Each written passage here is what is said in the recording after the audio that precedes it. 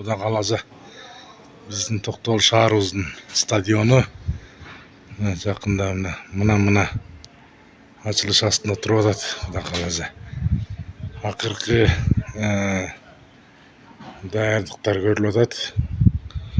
Биз азыр бул жерде VIP кабинада турабыз. Кудай қаласа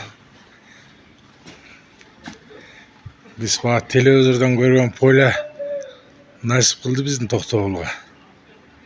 Полный Кудай қаласа мынакей. Сонун. Муну сөз менен айтып жеткириш кыйын, только аскара көрүш керек. 14 Кудай қаласа. Абдан жакшы. Мынакей.